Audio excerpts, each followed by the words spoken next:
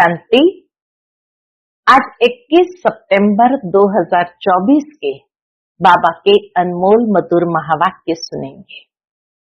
आज की मुरली में बाबा कहे, बच्चे जैसे तुमने बाप को पहचाना है वैसे दूसरों को भी बाप का परिचय अच्छी तरह से देना है। परंतु बाबा को कई बार आश्चर्य लगता है जब बच्चे ये कहते हैं, बाबा आपका परिचय देना बहुत मुश्किल है।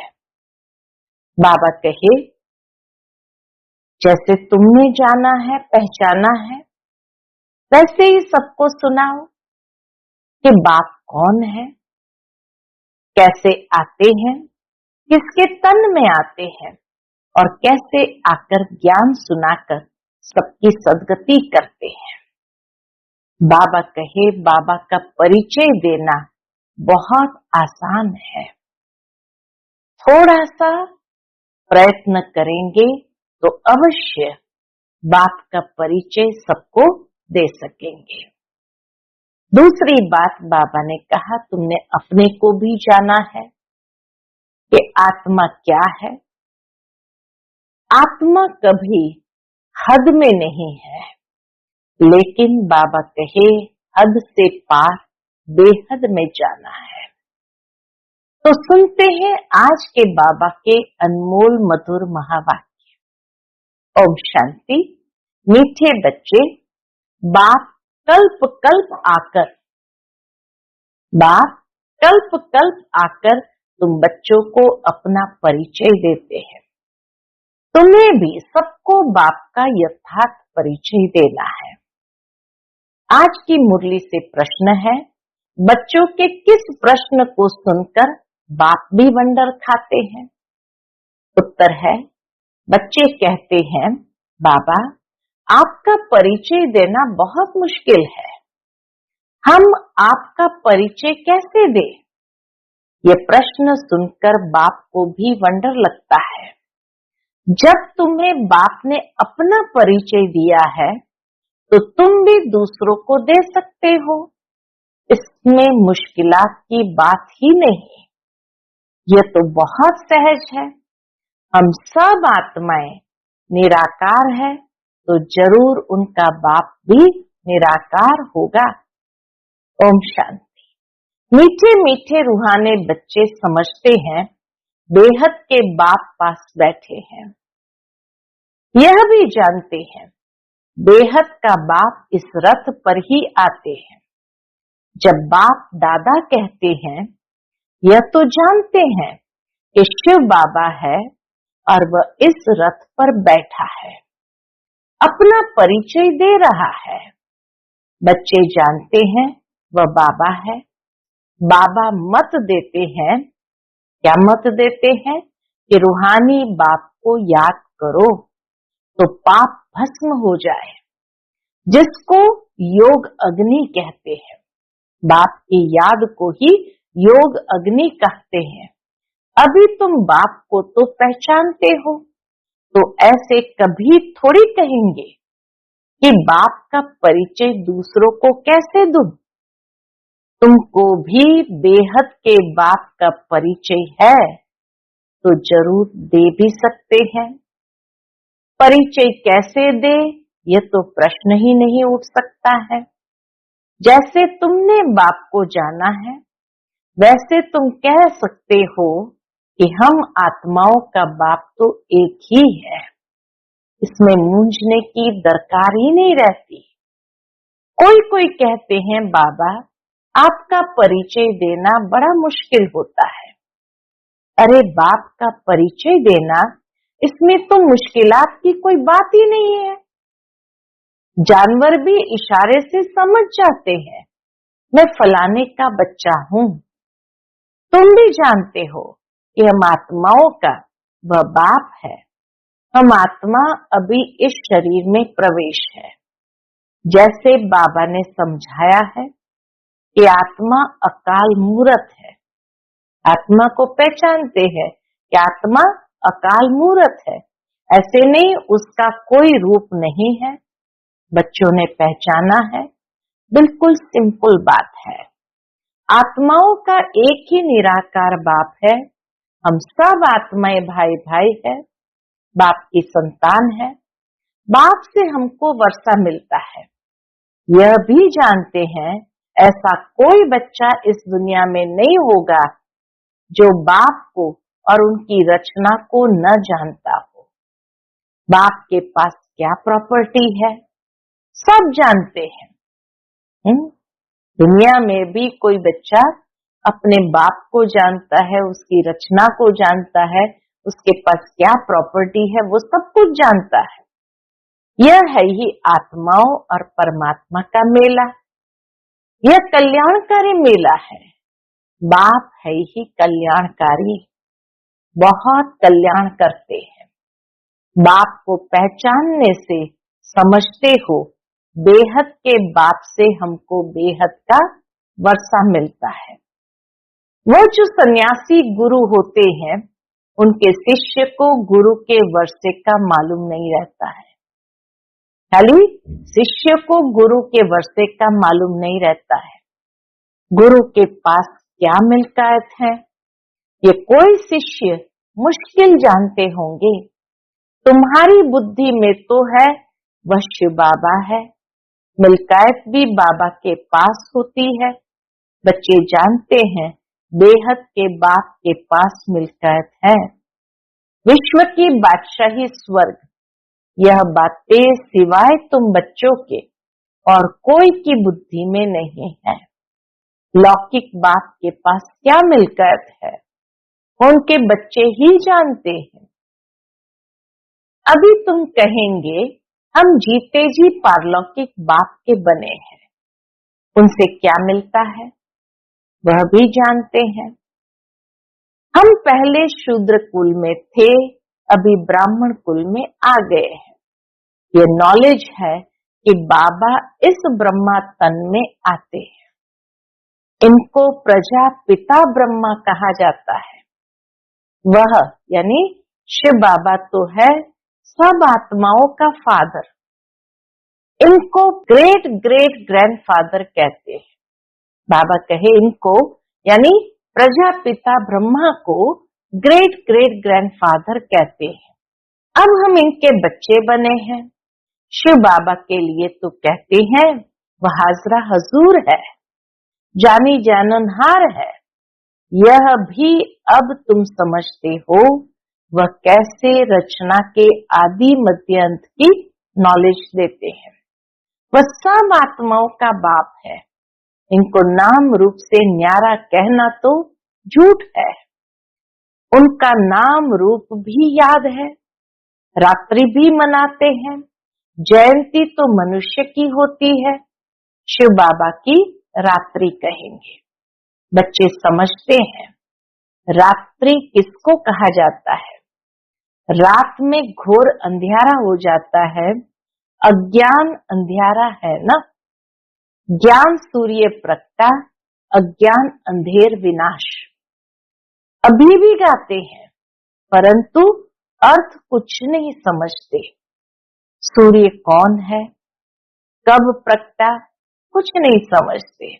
भिन्न भिन्न तरीके से बाबा आज शिव बाबा की महिमा बताते हैं, परिचय देते हैं। वही ज्ञान सूर्य भी है, लेकिन सूर्य कब प्रगटा कुछ नहीं समझते।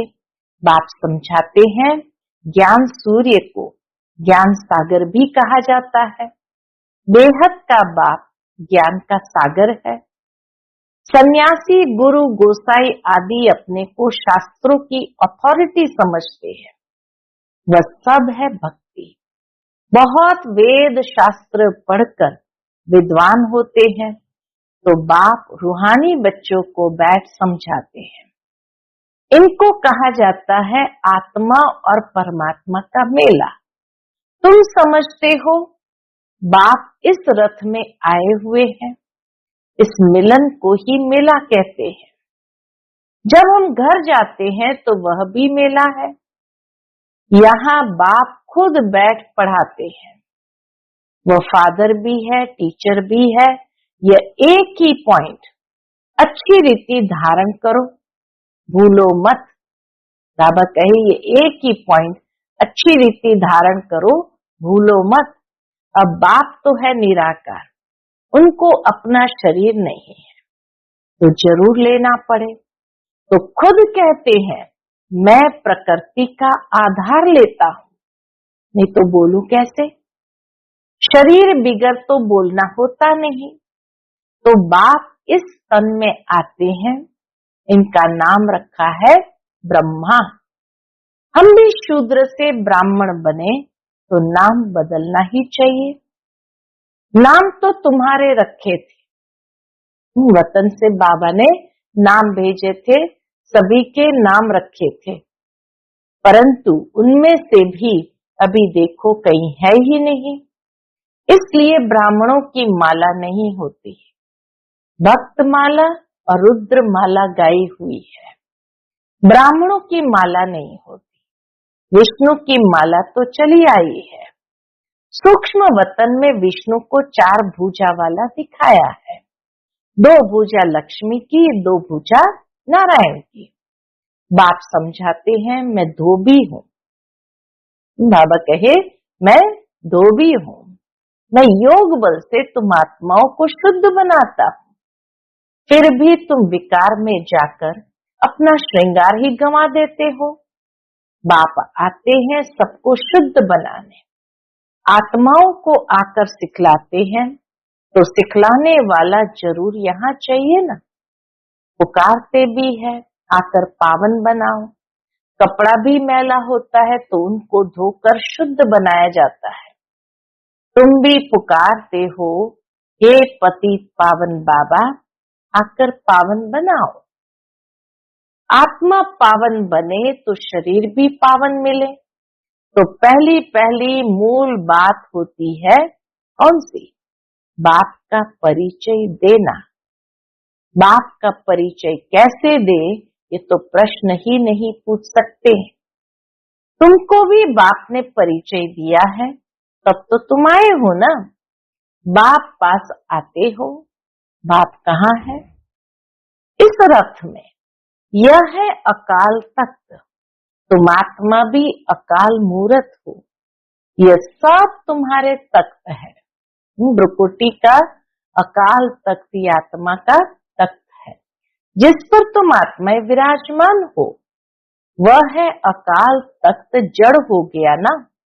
तुम जानते हो मैं अकाल मूरत अर्थात निराकार, जिसका साकार रूप नहीं है, मैं आत्मा अविनाशी हूँ। तब विनाश हो न सके, एक शरीर छोड़ दूसरा लेता हूँ। मुझ आत्मा का पाठ अविनाशी ढूंढा हुआ है। आज से 5000 वर्ष पहले भी हमारा ऐसे ही पाठ शुरू हुआ था। 11 संवत से हम यहाँ पाठ बजाने घर से आते हैं। जैसे ही सतयुग का संवत 11 होगा तो बाबा कहे हम घर से यहाँ पाठ बजाने आते हैं। यह है ही 5000 वर्ष का चक्र। वह तो लाखों वर्ष कह देते हैं, इसलिए थोड़े वर्षों का विचार में नहीं आता। तो बच्चे ऐसा कभी नहीं कह सकते। कौन सी बात? आज बाबा ने अंडरलाइन कराई। तो बच्चे ऐसा कभी नहीं कह सकते कि हम बाप का परिचय किसको कैसे दें। ऐसे ऐसे प्रश्न पूछते हैं तो वंडर लगता है, अरे तुम बाप के बने हो, फिर बाप का परिचय क्यों नहीं दे सकते हो? हम सब आत्माएं हैं, वह हमारा बाबा है, सर्व की सदगति करते हैं। सदगति कब करेंगे यह भी तुमको अभी पता पड़ा है। कल्प कल्प कल्प के संगम युग पर आकर सर्व की सदगति करेंगे। वह तो समझते हैं, दुनिया के लोग तो समझते हैं अभी 40,000 वर्ष पड़े हैं और पहले से ही कह देते नाम रूप से न्यारा है। अब नाम रूप से न्यारी कोई चीज थोड़ी होती है। पत्थर बित्तर का भी तो नाम है ना। तो बाप कहते मीठे मीठे बच्चों, तुम आए हो बेहद बाप के पास। बाप भी जानते हैं कितने ढेर बच्चे हैं। बच्चों को अभी हद और बेहद से भी पार जाना है, हद और बेहद से भी पार जाना है। सब बच्चों को देखते हैं, जानते हैं, इन सबको मैं लेने आया हूँ। बाबा ये जानता है कि सब आत्माओं को मैं लेने आया हूँ। सतयुग में तो बहुत थोड़े होंगे। कितना क्लियर है, इसलिए चित्रों पर समझाया जाता है। नॉलेज तो बिल्कुल इजी है, बाकी मुश्किल कहाँ है। ज्ञान को समझना बड़ा आसान है, बाकी याद की यात्रा में टाइम लगता है। ऐसे बाप को कभी भूलना नहीं चाहिए। बाप कहते माँ में कब याद करो तो पावन बन जाएंगे। मैं आता ही हूँ पतित से पावन बनाने। तुम अकाल मूरत आत्माएं सब अपने अपने तख्त पर विराजमान हो। बाबा ने भी इस तख्त का लोन लिया है। इस भाग्यशाली रथ में, बाबा कहे, इस भाग्यशाली रथ में बाप प्रवेश होते हैं। कोई कहते हैं परमात्मा का नाम रूप नहीं है, ये तो हो ही नहीं सकता। बाबा कहे कहो ये तो हो ही नहीं सकता। उनको पुकारते हैं, महिमा गाते हैं, तो जरूर कोई चीज तो है ना। तमो प्रदान होने कारण कुछ भी समझते नहीं। बाप समझाते हैं, मीठे मीठे बच्चों, इतनी 84 लाख योनियां तो कोई होती नहीं। यही 84 जन्म, पुनर्जन्म भी सबका होगा। ऐसे थोड़ी ब्रह्म में जाकर लीन होंगे व मोक्ष को पाएंगे। ये तो बना बनाया ड्रामा है, एक भी कम जास्ती नहीं हो सकता। इस अनादि अविनाशी ड्रामा से ही फिर छोटे छोटे ड्रामा व नाटक बनाते हैं। इसको देख करके ही बाबा कहे छोटे छोटे नाटक व ड्रामा बनाते हैं। वह है विनाशी। अभी तुम बच्चे बेहद में खड़े हो। तुम बच्चों को ये नॉलेज मिली हुई है हमने कैसे 84 जन्म लिए हैं। अभी बाप ने बताया है। आगे किसको पता नहीं था। ऋषि मुनि भी कहते थे, क्या कहते थे, हम नहीं जानते हैं, हम नहीं जानते। बाप आते ही है संगम युग पर इस पुरानी दुनिया को चेंज करने। ब्रह्मा द्वारा नई दुनिया की स्थापना फिर से करते हैं। वह तो लाखों वर्ष कह देते हैं, कोई बात याद भी न आ सके, महाप्रलय भी कोई होती नहीं। बाप राजयोग सिखलाते हैं, फिर राजाई तुम पाते हो। इसमें तो संशय की कोई बात ही नहीं। तुम बच्चे जानते हो पहले नंबर में सबसे प्यारा है कौन। बाबा कहे तुम बच्चे जानते हो पहले नंबर में सबसे प्यारा कौन है, बाप। फिर नेक्स्ट प्यारा है श्री कृष्ण। सबसे पहले नंबर में प्यारा है बाप, फिर नेक्स्ट प्यारा है श्री कृष्ण। तुम जानते हो श्री कृष्ण है स्वर्ग का पहला प्रिंस, नंबर 1। वही फिर 84 जन्म लेते हैं, उसके ही अंतिम जन्म में प्रवेश करता हूं। अब तुमको पतित से पावन बनना है। पतित पावन बाप ही है। पानी की नदियां थोड़ी पावन कर सकती है। बाबा कहे पानी की नदियां थोड़ी पावन कर सकती है। ये नदियां तो सतयुग में भी होती है। वहां तो पानी बहुत शुद्ध रहता है, किचड़ा आदि कुछ नहीं रहता। यहाँ तो कितना किचड़ा पड़ता रहता है। बाबा का देखा हुआ है। उस समय तो ज्ञान नहीं था। अभी वंडर लगता है पानी कैसे पावन बना सकता है। तो बाप समझाते हैं, क्या समझाते हैं, मीठे बच्चे कभी भी मूंझो नहीं कि बाप को याद कैसे करें। दो बात में आज बाबा कहे बच्चों को मूंझना, एक तो बाप का परिचय कैसे दे, दूसरा बाप को याद कैसे करे?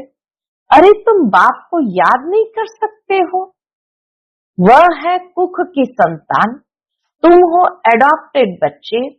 एडॉप्टेड बच्चों को जिस बाप से मिलकर मिलती है उनको भूल सकते हैं क्या? बेहद के बाप से बेहद की मिलकर मिलती है तो उनको भूलना थोड़ी चाहिए। लौकिक बच्चे बाप को भूलते हैं क्या? परंतु यहाँ क्या होता है? बाबा कहे यहाँ माया का ऑपोजिशन होता है, माया के युद्ध चलती है, सारी दुनिया कर्म क्षेत्र है। आत्मा इस शरीर में प्रवेश कर यहाँ कर्म करती है। बाप कर्म अकर्म विकर्म का राज समझाते हैं। यहाँ रावण राज्य में कर्म विकर्म बन जाते हैं, वहां रावण राज्य ही नहीं तो कर्म अकर्म हो जाते हैं, विकर्म कोई होता ही नहीं। स्वर्ग में विकर्म कोई होता ही नहीं, ये तो बहुत सहज बात है। यहाँ विकर्म क्यों होता है? बाबा कहे यहाँ रावण राज्य में कर्म विकर्म होते हैं, इसलिए विकर्मों का दंड भोगना पड़ता है। कहीं कहते हैं ना बाबा के बनने के बाद भी इतनी भोगना क्यों? तो बाबा कहे सूक्ष्म में रावण राज्य में कर्म विकर्म बने हैं तो उसका दंड भोगना पड़ता है। ऐसे थोड़ी कहेंगे रावण अनादि है, नहीं। आधा कल्प है रावण राज्य, आधा कल्प है राम राज्य। तुम जब देवता थे तो तुम्हारे कर्म अकर्म होते थे। अब यह है नॉलेज, बच्चे बने हो तो फिर पढ़ाई भी पढ़नी है, बस फिर और कोई धंधे आदि का ख्याल नहीं आना चाहिए। बाबा कहे यहाँ बैठे हैं तो बाहर के कोई भी धंधे आदि का ख्याल नहीं आना चाहिए, परंतु गृहस्थ व्यवहार में रहते धंधा आदि भी करने वाले हैं तो बाप कहते हैं कमल फूल समान रहो। ऐसे देवता तुम बनने वाले हो, वह निशानी विष्णु को दे दी है, क्योंकि तुमको शोभेगा नहीं, अलंकार तुमको शोभेगा नहीं, उनको शोभता है। वही विष्णु के दो रूप लक्ष्मी नारायण बनने वाले हैं, वह है ही अहिंसा परमो देवी देवता धर्म। न कोई विकार की काम कटारी होती, न कोई लड़ाई झगड़ा आदि होता, तुम डबल अहिंसक बनते हो। सतयुग के मालिक थे, नाम ही है गोल्डन एज, कंचन दुनिया। आत्मा और काया दोनों कंचन बन जाती है। कंचन काया कौन बनाते हैं? बाबा कहे कंचन काया कौन बनाते हैं? बाप। अभी तो आयरन एज है ना, अब तुम कहते हो सतयुग पास हो गया है, कल सतयुग था ना, तुम राज्य करते थे, तुम नॉलेजफुल बनते जाते हो, सब तो एक जैसे नहीं बनेंगे, सभी ज्ञान एक समान नहीं उठाएंगे। अच्छा, मीठे मीठे सिकिलते बच्चों प्रति माता पिता बाप दादा का याद प्यार और गुड मॉर्निंग। रूहानी बाप की रूहानी बच्चों को नमस्ते। हम सभी रूहानी बच्चों की रूहानी माता पिता बाप दादा को याद प्यार गुड मॉर्निंग और नमस्ते नमस्ते। शुक्रिया बाबा, शुक्रिया।